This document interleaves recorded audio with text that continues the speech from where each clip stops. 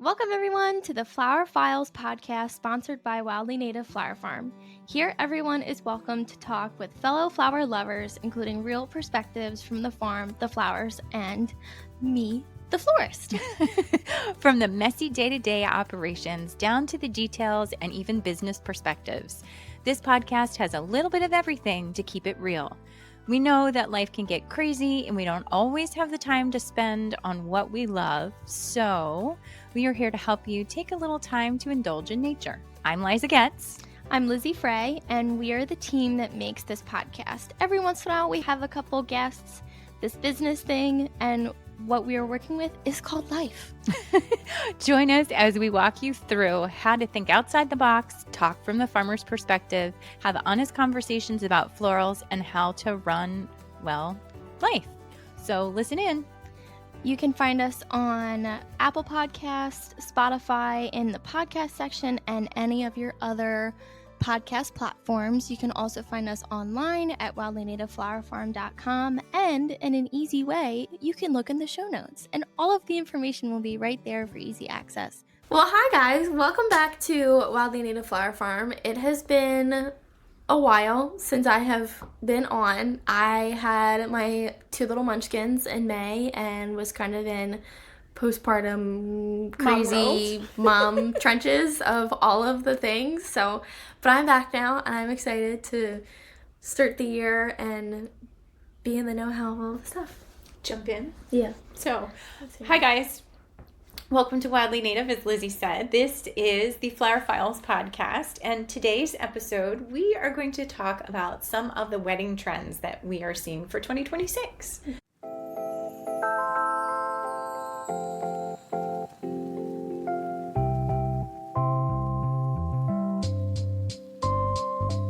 So, the weirdest one that I've noticed, at least floral wise, is the calla lilies and the tulips, and like you strip off the outer layer of their stem and you can like twist them and tie them together and they become like curly.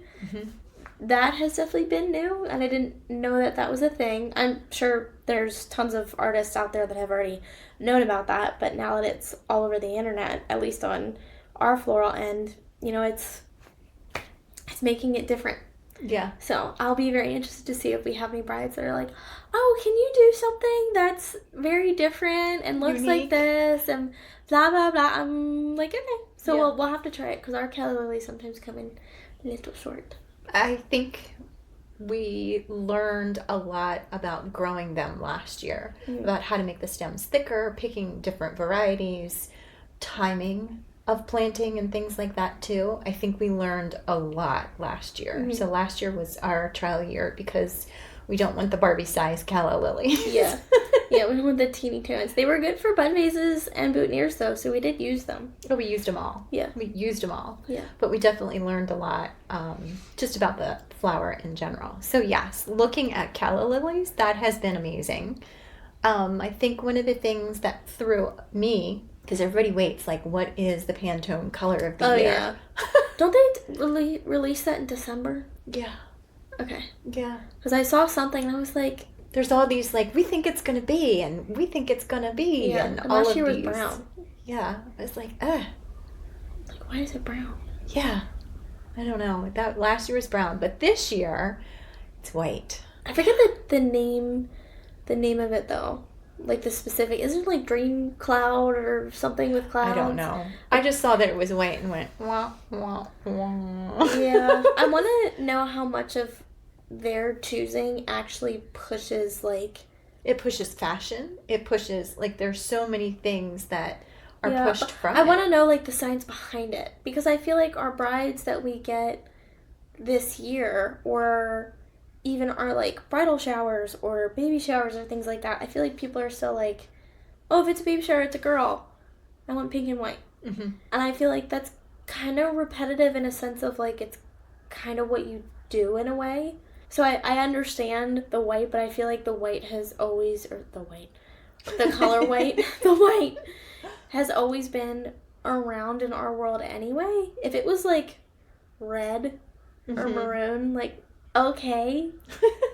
But I feel like the color white is so normal in our world of florals, like between funerals. It represents like sorrow and sympathy and thinking of you and things like that. And for weddings, it's happiness and elegance and all of that kind of stuff. So I think people, when I talk to brides and they say, I want that clean, classy look, I'm like, you want green and white, correct? And they're like, absolutely. Yeah. And it's very clear that it's white. It's not cream. It's not different hues of ivory. It's, no, I want white.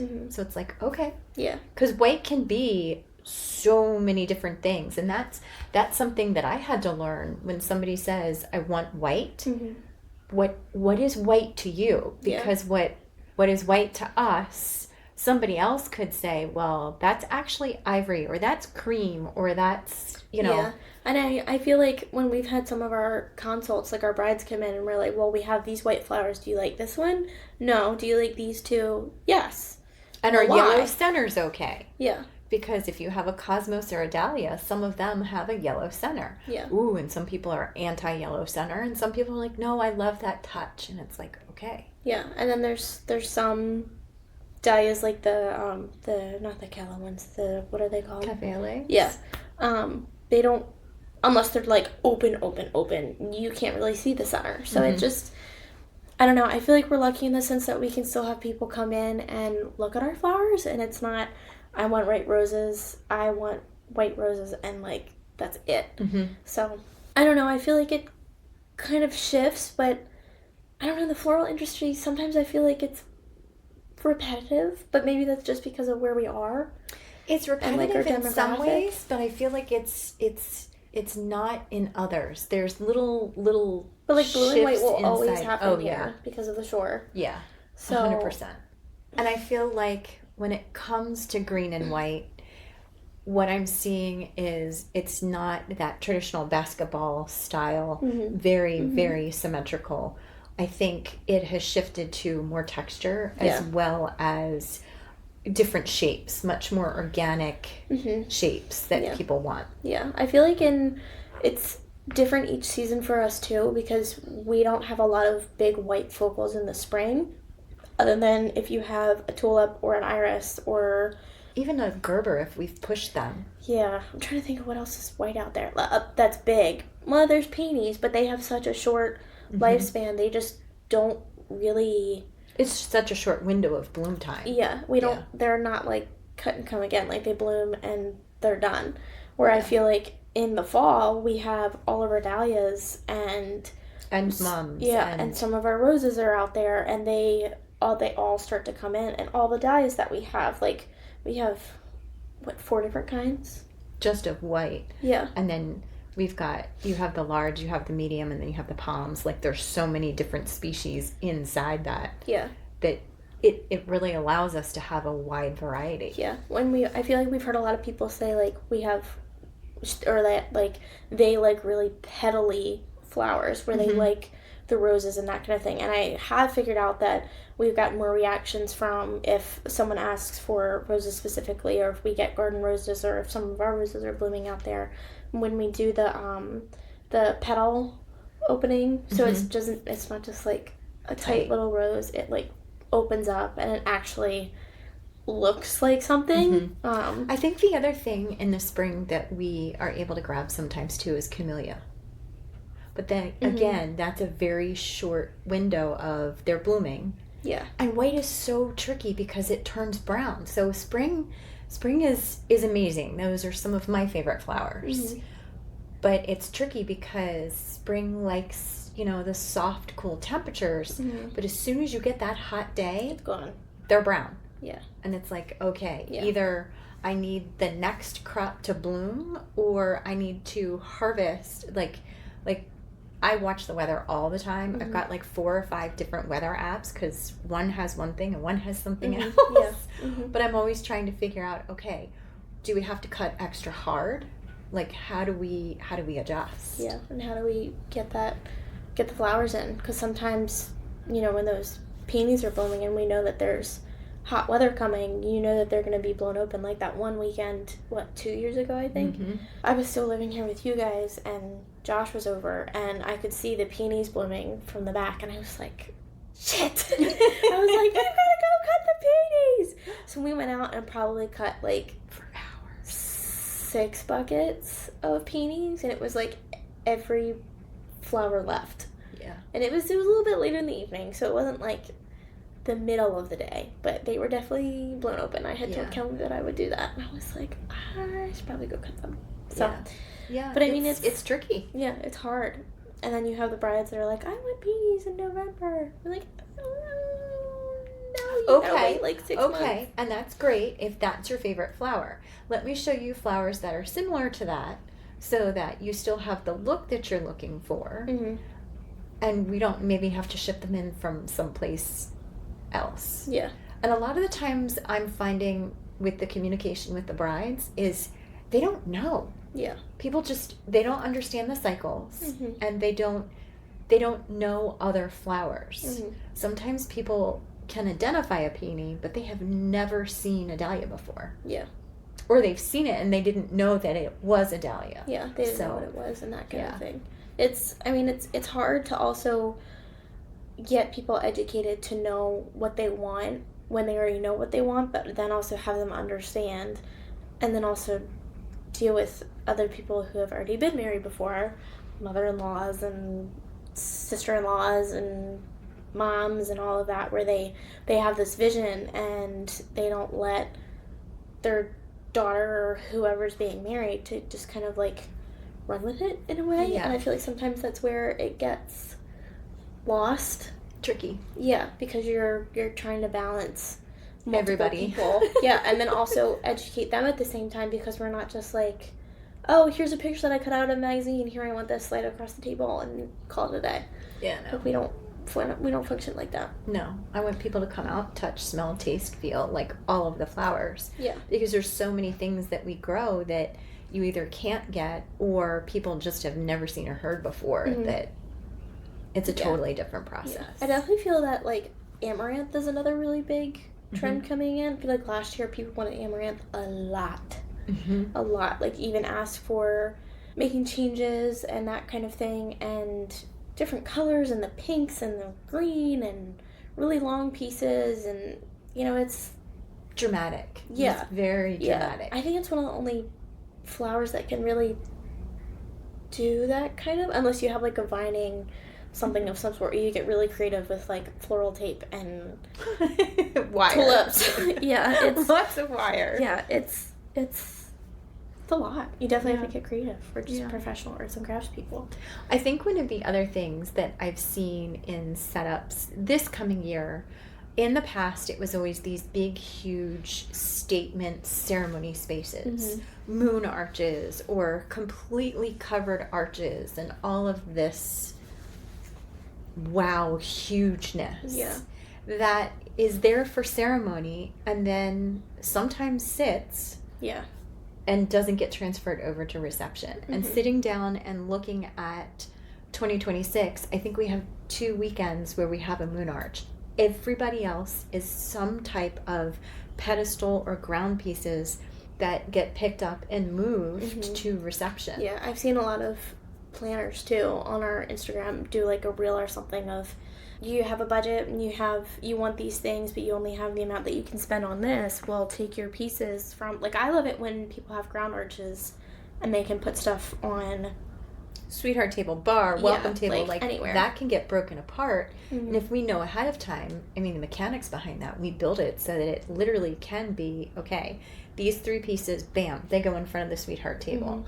Then these 2 pieces, one goes here on the bar and the other one goes over here on the welcome table. So and if anything, it makes me feel better, so it doesn't just have a 20-minute lifespan of being in your ceremony for pictures. And you spend a decent amount of money on it. Like, they're not cheap. No. I mean, weddings are not cheap. No, and those ceremony pieces with the pedestals, or if you have the different pieces that are coming down the aisle, all of that can get repurposed. I can't tell you how many things we have built so that they get lifted and placed on a sweetheart table, a guest tables. I mean, I do really like the idea of compotes and clear dishes inside like a vase for a round table so that guests can take them home. We did that twice last year. I think definitely twice. And the other thing is that if they're built in those compotes, we come back, we clean up, and we take that dish out, and they have a brunch or lunch the next day, they're reusing those flowers again. Yeah. So there's lots of different ways to reuse, and that has been a theme that has been really wonderful to see. Really wonderful to see. Yeah, it definitely makes you feel better that the planners are also pushing that, so it's not just like, you know, like us trying to do that. Like, you know, I just feel like it's more realistic and it's a different communication. Yeah, like just makes sense, and then you feel like that you're there for each other. Yeah. That kind of thing. Yeah. So, and absolutely. then I know that there's bigger pieces down the center. Like even the meadows, like people still take them. Yeah. Like the little dishes. Yeah. Like by all means. And sometimes it's the staff. Yeah, at like the end of the night, if all of the everything. guests have left and those little pieces are left, people take them as well. So it just makes me happy that they. Can I take them? I was like, yeah, take like 4. Yeah. Take them all. Yeah. Or take it apart and take the flowers and leave me the dishes. Yeah. Yeah. Yeah. It's always funny too to see the guys come in and be like, "Can I take a couple of those?" Yeah, sure. And they'll take them apart and they'll look at us and be like, "Thanks." It's like, okay, you're welcome. Be like, I got 2 flowers. Yeah, it's always that's funny. Awesome. I want to figure out a way that's like easy to communicate to people's guests as well, to tell them that like, hey, you can take this home when you're done, because you're sitting at your table for a decent amount of time, or at least for the speeches and their dances and food and all that. And you go back and forth to it if you're getting up to dance, because I know not everybody does, but if there's like a little discreet like. Sometimes the DJ something. Does. Okay. Sometimes the DJ will make an announcement. I've heard that, and a lot of the times it's the end of the night, so I'm already back to here for cleanup or something like that. But it's like I would love just to do that anyway. Like even if the bride or someone doesn't necessarily ask for it, just tell the DJ like, hey, if any of the guests want the flowers, like take them home because they're able to. Just leave the vases underneath and we'll go from there. Yeah. So I don't know. Yeah. I feel like that would be really fun. Or at least ask them like, are you comfortable with us telling your planner or your DJ that they're like you can at least like take them or home. A lot of the times I try to ask the bride, what do you want done with them? And I've had a couple people say, well, if nobody takes them and there's extras, will you take them back and then donate them locally? Yeah. And we've done that many times. Yeah. Many times. Which is nice. Yeah. A lot of I almost said foster care. Not foster care. Where older people go. I can't think of the name. Nursing home? Yes. Sorry. I was like, not hospice. not hospice. No. But nursing homes, and then I'll do schools, I'll do doctor's offices. My favorite is to take it to the pharmacists because they are always like, what? Yeah. I remember the one time I needed my birth control. And I was like, please, for the love of God, I need it. And she's like, okay. I had like called her on the phone. I went into the pharmacy. I had talked to her in person. She got it for me. She got it from the other pharmacy that's like 30 minutes away. Because they were out. I remember you talking about that. I was like, what am I going to do? So I figured it out. And I called her back on the phone. I was like, I'm going to bring you flowers. And she was like, okay. She's like, my husband doesn't even bring me flowers. I was like, yeah, well, I'm bringing you flowers. And she was like, okay. Like, totally thought it was fake. And I was like, and I walked up and she was like, oh my God, that's you. I'm like, yeah, that's me. It was probably one of the coolest, like, interactions that I've had with somebody. It was really cool. But it was that, and I think the library. That's the other one that cracks me up, because you walk in there and they're like looking around like, who's getting the flowers? And it's like, no, these are for you guys just as a thank you, because you always do all of these things. And they're like, what do we do with it? I'm like, you look at it? You can put it on the counter? But why is it here? Because we want to say thank you. Okay. It's so like, you can tell they've never just had someone pop in and give them something. Yeah. So, yeah, I've done the adult daycare people for, like, the health department. Yeah. Yeah. So we've really tried to, like, just mix it up. just totally mix it up. Because I feel like everybody thinks of like, oh, we'll take it to a nursing home, which is great. I'm not saying anything's wrong with that. Yeah, or we'll take it to teachers or something like that. But still, I don't know. I enjoy that. I think one of the other things I've seen this year with weddings in general, and it's not just flower based, but I think weddings in general, one of the things that I'm seeing is that it's much more of a story, if that makes sense. It's not just, hey, we're getting married, we have to do these things, and this is what we have to do. It's not as much of a checkbox. There's a lot more thought into what your guests will enjoy. And there's a lot more things that are, I don't want to say interactive, but it's but they are like they're fun for the guests. Like, what was that one wedding that did the bar, and they had like a window and you could only see their hands come through and they gave you your drink. Yeah, that was really cool. I think one of my favorites, the phone calls, like the messages to the couple. Fun. That's really cool. That is very cool. One of my favorite ones was this particular couple had a lot of children. So during cocktail hour, they had a petting zoo come in. Oh, yeah. That was a crazy wedding. And they had, like, tons of coloring books and crayons and... They had games. They had, they thought about their guests. Yeah. Like, they thought about so many layers. They were a little bit of an older couple. Like, they weren't, like, 23 and 25. No, I think they were, like, in their early 30s. Yeah. Yeah. So they were definitely, like their friends had kids. Yeah. So it wasn't just, like, oh, there's going to be a couple kids. So it was... Yeah. No, it was really cool. And the pictures from that was wild. It was insane. Yeah. Lots of fireworks. See a lot of fireworks. See a lot of, like, really neat exit things. I don't know how else to explain it. And as I said, there's just so much more that truly reflects the couple.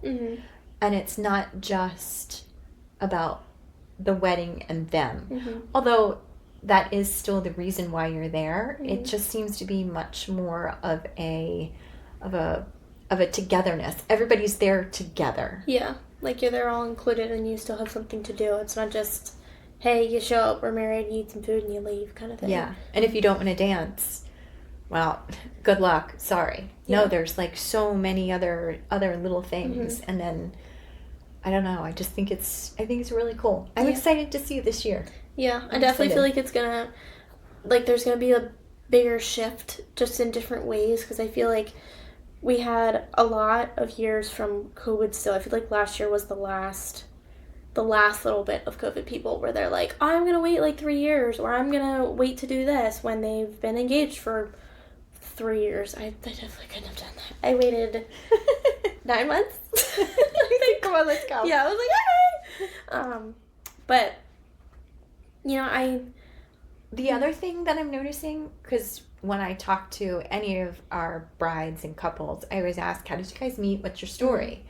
And because we're so far removed from COVID now, there's less and less, well, we met on Bumble or Tinder or whatever. Yeah, like we met online. There's so much less of that, and it's gone back to, well, we had a mutual friend, we all got together, or we bumped into each other at a restaurant and just, or we went to school together. Like, there's so much, and I don't want to say that's normal, but it's just shifted back to a different style of meeting, which then means their wedding is a little bit different because they have so many different stories about how they met, why they met. You know, there are so many times where couples choose their venue because there's a tie back to their story that makes sense. You know, we met on the water, we were sailing, we loved the water. Like, if they pick a venue that's on the water, or something that's close to school, or something that represents them as a couple, or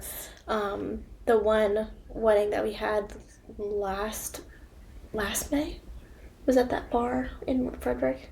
Yes. I can't remember what it's called. It's gonna drive me crazy, but I loved it. Attaboy?